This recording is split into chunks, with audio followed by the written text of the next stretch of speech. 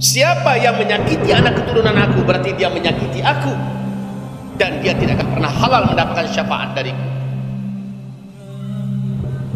Rasul memang sudah tidak ada, tapi Rasul meninggalkan pesan-pesan dan warisan yang wajib dijaga, termasuk keluarganya.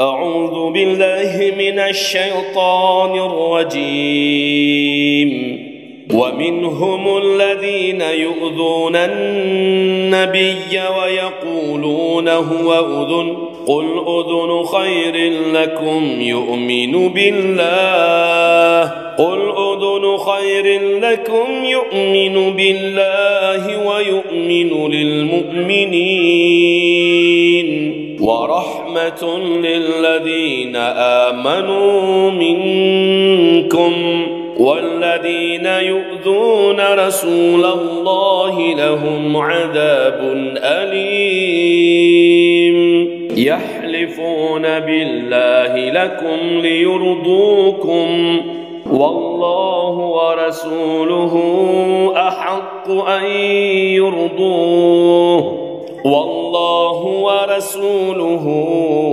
أحق أن يرضوه إن كانوا مؤمنين ألم يعلموا أنه من يحادد الله ورسوله فأن له نار جهنم خالدا فيها ذلك الخزي العظيم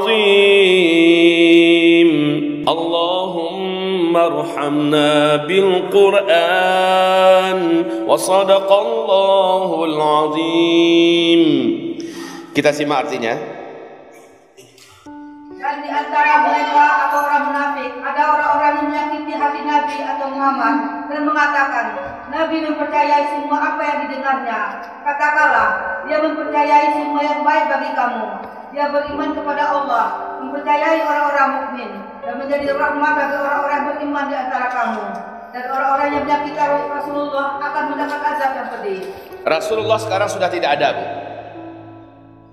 Fisiknya sudah tidak ada, tapi risalahnya hidup sampai hari kiamat. Memusuhi risalah Nabi sama dengan memusuhi dan menyakiti Nabi Muhammad SAW. Itu yang pertama. Rasul fisiknya sudah tidak ada, tapi risalah yang dibawanya, yang diembannya, itu tetap ada sampai hari kiamat.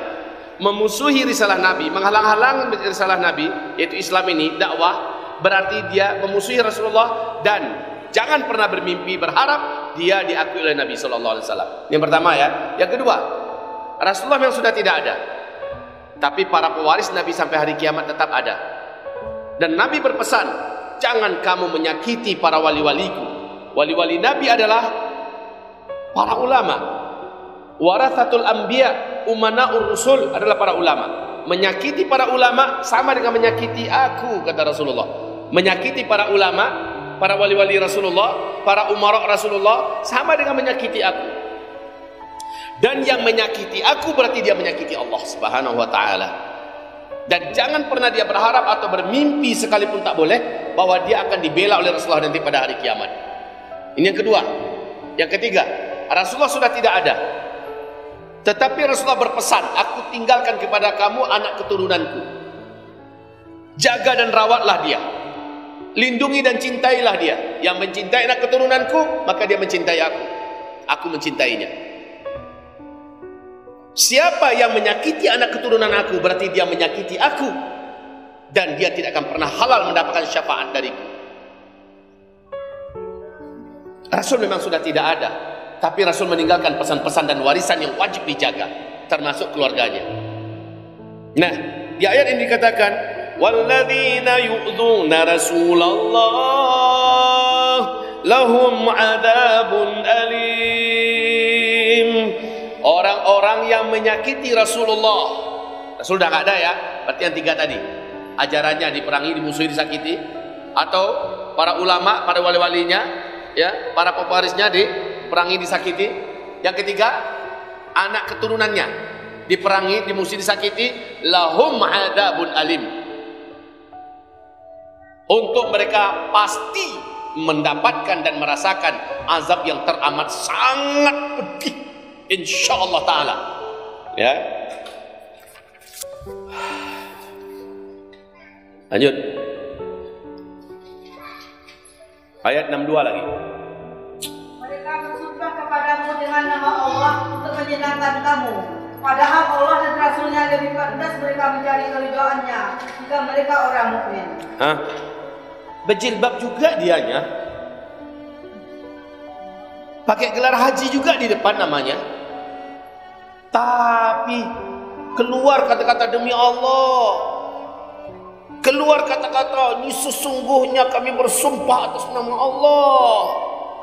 Ya, untuk membuat kita yakin bahwa sebenarnya mereka lebih tahu mana yang benar. Mereka lebih tahu mana yang maslahat, sehingga mereka merasa halal untuk menyakiti para ulama, menyakiti keturunan-keturunan Rasulullah sallallahu alaihi wasallam dan menghambat beberapa syariat dan risalah Nabi sallallahu alaihi wasallam.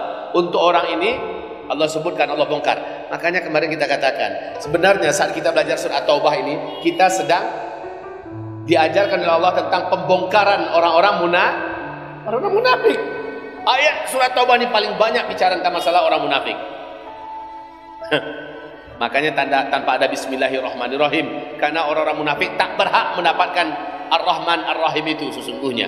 Ya, orang munafik tak berhak. Yang berhak bagi mereka apa? Cepat tobat mumpung masih hidup. Kalau tobat Allah putihkan kamu lagi. Ya, Allah terima lagi. Sebab orang munafik paling banyak di surat At-Taubah, dan ini bukan kebetulan. Ini sudah by design dari Allah Subhanahu wa taala. Terus yang terakhir, Tidakkah mereka orang munafik mengetahui bahwa barang siapa menentang Allah dan Rasulnya, maka sesungguhnya neraka jahanamlah baginya, dia kekal di dalamnya. amin amin amin. Amin amin amin. Amin amin amin amin. Siapapun yang menjadi musuh bagi Islam hari ini, maka dia sebenarnya sedang memusuhi Allah dan Rasulnya. Siapapun yang menjadi musuh bagi Islam hari ini, dalam pelajaran agama di sekolah, kemudian dihilangkannya, ditiadakannya, acara-acara pengajian dipersulitnya, dipersempitnya, ulama-ulama diburunya, ya. Kemudian pondok-pondok pesantren juga tidak luput daripada buruan, ancaman dan segalanya. Orang-orang yang semacam ini, mereka ini lahu nar jahannam, untuknya neraka jahannam khalidan fiha.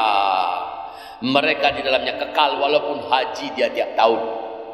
Tetap saja dia khalidan fiha, kekal di neraka jahannam. Sebab apa? Ternyata itu hanya amalan pribadi dia. Ke sana suci sering-sering, bangun masjid, ya. Itu amalan pribadi.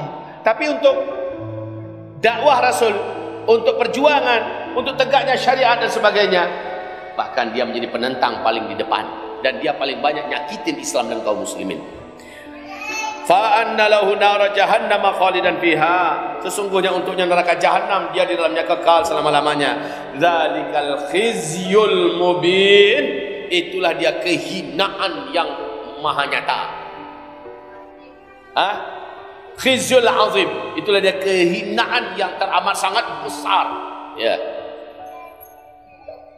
Ma'adzallah, ya Allah.